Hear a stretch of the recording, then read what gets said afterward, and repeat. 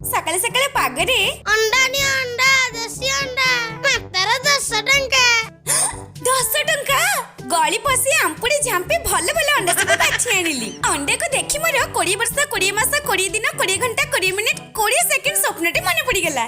जाउची ताको आज पूरा करबी।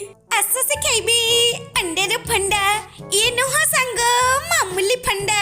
बिरधर पर मो घर भीतर को गली मो अस्त्र शस्त्र को नहीं आसिली। प्रथमे अंडा को ढी करी फटई देली। अंडा और केसर मध्य थिबा वर्ष वर्ष निबिड़ संपर्क को छिन्न कर देली। दी जण को घांटी घांटी पूरा फ्लफी बनेली। सेतरे लूण दे घांटी घांटी पूरा फ्लफी बनै देली। कड़ी रे तेल दे मुनमुन पागरे तयारी अंडा को देई देली।